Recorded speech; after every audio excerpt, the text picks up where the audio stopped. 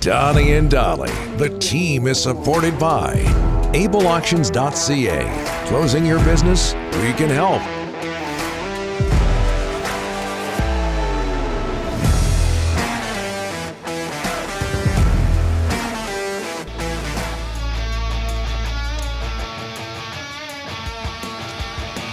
Donnie and Dolly, title sponsor is Able Auctions. It is Tuesday. All of our guests today, including Ross Tucker and Craig Button, who's standing by, brought to you by the Bayside Oceanfront Resort and the Waddling Dog Pub. The Waddling Dog Pub is celebrating 30 years of ownership and welcomes you to their family-run watering hole with 17 TVs to cheer on the Canucks, an unbeatable daily happy hour, and their famous wing night. It's no wonder they've been named the #1 pub in Victoria 2 years running. Whether you live on the island or the mainland, you can't miss out visiting the dog. The dog. I don't know what the segue is there, but we go now to TSN Scouting Director Craig Button. How are you, sir? I am good, Donnie and Rick. How are you guys today? Oh, very well. The top dog, Craig Button. That's the best of the best of the best. That's who we're talking to. I just hate this, Craig, because I'm living in Vancouver. I've lived in Vancouver all my life, so you probably have an idea how I feel about the Leafs, but man, are they on a roll right now. They've won 9 of 10, 12 wins in November, all sorts of positive numbers with the Leafs. They're battling for first place overall with the Capitals. What are the main reasons for that team's success? Well, number one, I think last year they were top 10 in defense, and they I wouldn't call it a struggle early this year, but you know, they were in tighter games and the defense was good, but you know, they're top 5 now and they're really keeping things tight. And it's not just about the goaltender standing on his head. Jack Campbell's been playing really well. Jake Muzzin and Justin Hall had some troubles early on in the season. Well, they've sorted them out, Riley and Brody, and now they're scoring. But I think, you know, teams talk about it, and Donnie, you know this, Rick, you know this as well. You know, teams talk about what have they learned? What have they learned from stumbling and coming short of what their goals are? And I think for the Toronto Maple Leafs, they got comfortable playing in low-scoring games, but then they couldn't find a way to get on the right side of it. And I think that they've learned that, you know, what that balance is and not trying to, force it. I think one of the main things you have to do is when you're in those tight games is just keep playing. And I'll share a story with you. Okay. We had traded for Mike Keane and Brian Skrudland in 1998 with our team in Dallas. We were playing San Jose Sharks. And we had lost Joe Nieuwendyk in the first game of the playoffs to a season-ending knee injury. Anyway, I think it was game 4. Mike Modano said, he goes, well, it's a tight game. It's halfway through the game. He goes, I'm feeling like I got to do more. I feel like I'm not getting it done. We need a goal. And he said, Mike Keane reached over and put his hand on Mike's arm and just said, Mike, just relax. We got this under control. We know what we got to do. Just keep playing. Don't try to do too much, because if you try to do too much because you think you have to do more, he said, that's when you create vulnerability. Mike said he just felt this great, Mike Modano that is, said he felt this great sense of relief about, oh, okay, you know, because I think players press and you're in those tight games and then, we got to find a way to get the next goal. No, you don't. You just got to keep playing. And then when the opportunity strikes, you got to be ready to take advantage. And I think that's what the Leafs are learning. And that's what they said their goal was this season. Having said all that, they haven't won a playoff series. I know not this particular roster, but they haven't won a playoff series since 2004. And you touched on this a bit there, but do you look at their roster and say there are additions they have to make in order to have success in the postseason? Well, you know, Donnie, one of the things that I've used this term to describe the Maple Leafs, you know, at the beginning of the season. I said, this season for the Leafs is about the beginning, the middle, and the beginning. And the beginning of the season is going to be really instructive. When I say the beginning of the season, I'm talking about the first 40, 50 games. It's going to be really instructive for Kyle Dubas and the management staff to understand, okay, these are the things that we're really confident in. These are some areas that we might want to address and then explore them. And that will get you to the middle. And ultimately what you're trying to do then is through that beginning into the middle is set yourself up for the most important beginning, which is the playoffs. That's where everybody wants to get to. That's where the Toronto Maple Leafs want to get to.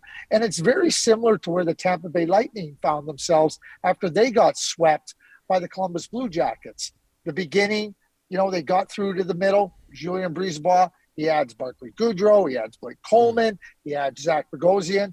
You're looking at the back-to-back Stanley Cup champions. So I don't think right now, there's areas that every team would like to be a little bit stronger in, and I could say they could do this or that.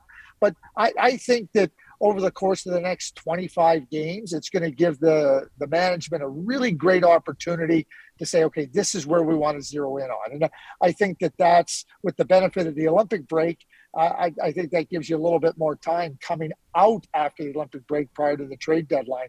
But I think, like the Tampa Bay Lightning, that's where I'm not going to say similar areas, but I think that's got to be the plan in terms of where they find themselves now and where they'd like to fortify the team later. Craig, the Canucks' first road win last night. Oh, boy, it's where was it? October 23rd in Seattle was the last one. Anyways, Pettersson finally scored. Power play one-timer. Everyone's, he only had 13 minutes of ice time. But a positive is a positive. At least he got a goal last night. Rick, it is a positive. And, you hear this all the time. I hear it all the time. Players that score lots, when they're scoring, they never think they're not going to score. And conversely, when they go into these periods where they don't score, they don't think they're ever going to score again. And I don't think it's any different for Elias Pettersson.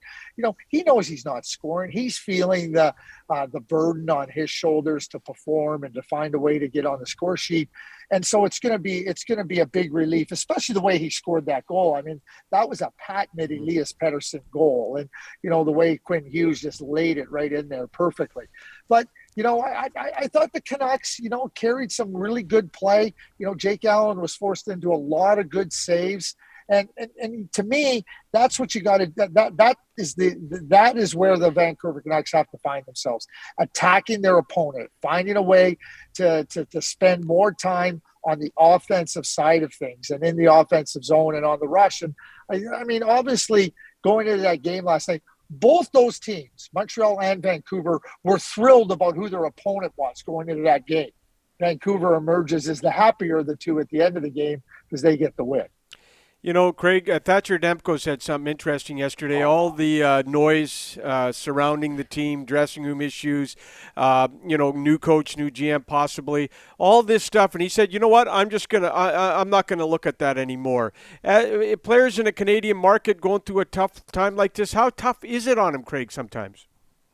Well, Rick, it is tough. If any player says, oh, we don't hear anything, we're not paying attention, not true. They are paying attention. And, it might not be them specifically, watching the news or listening to talk radio or podcasts or whatnot, but somebody's telling them about it. They know, and our world's so connected in that regard. So, when you're in a market that has deep rooted passions for their team and for their sport, and you're not playing well, you know about it. And I think that for Thatcher, it becomes a case of, okay, what can I control? And how, and if he does what he can do, and he's a superb goaltender. I think that, for the Vancouver Canucks, having him long term is such a benefit for them. But again, they know about it. They want to perform. They want to be at their best.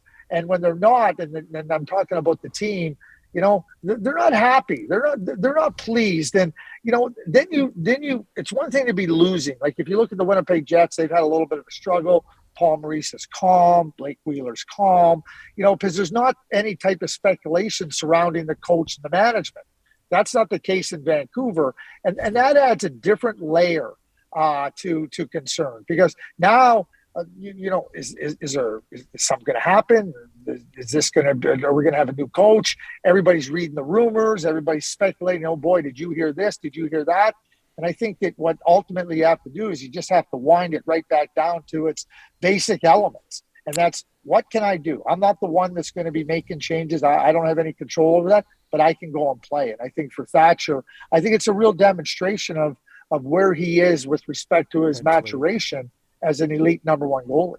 Yep. And Craig, quickly, you spent a lot of your early years in Montreal. Marc Bergevin gets let go as a GM of the Habs. Maybe your comment on that, and also this, and we're getting a lot of this into our Delaney's OK Tyron Langley inbox. Could a general manager who doesn't speak French survive in Montreal? Okay, I'll wait for the second question. Okay. Here's what I'll say on the first one. For me, when you look at where the Montreal Canadiens were at and the state of where Marc Bergevin was at with his contract, I mean, I think Jeff Molson had one of two choices. It was either to fully back Marc Bergevin and his management group, or make a change. I think being in the middle and not doing anything was not helping the cause. And Jeff Molson made the decision that he was going to make a change. He said we need a fresh start. So through his evaluation, that was either way he went, he had to make a decision. And as I say, put a stake in the ground. Now in Montreal, Donnie, I mean, over 90% of the Montreal Canadiens fan base is French speaking. They need to hear from the people that are making key decisions in the language that is native to them. And I think that, could an only English GM survive in Montreal? Not very long. Because what, how do you communicate with your customers? How do you communicate with your most passionate fans? And that's the reality of the marketplace in Montreal. Bob Gainey told me this many, many years ago. He goes, every market has its own unique advantages and it has its own unique peculiarities with respect, whether there be disadvantages, whether it be cultural, whether it be economic or whatnot. And he said, but what you have to do is recognize what they are and then proceed forward. And in Montreal, it's real simple. The general manager needs to speak French, needs to be able to communicate with over 90% of the passionate fan base in the language that they speak and they understand. Craig, wonderful as always. Thanks for this. Merci. Appreciate it. We'll talk to you next week. Merci beaucoup. À bientôt. Thanks, Craig. Appreciate it.